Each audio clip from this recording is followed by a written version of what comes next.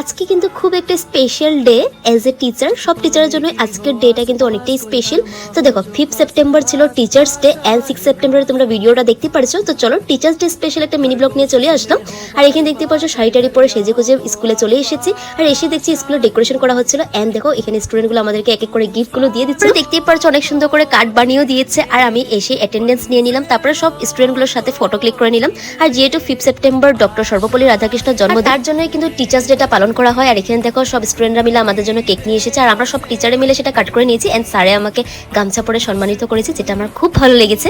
তারপরে দেখো teachers day special কিন্তু আমাদেরকে অনেক গিফট দিয়েছে স্টুডেন্টরা, যেগুলো খুব সুন্দর ছিল, মিষ্টি মিষ্টি গিফট দিয়েছে।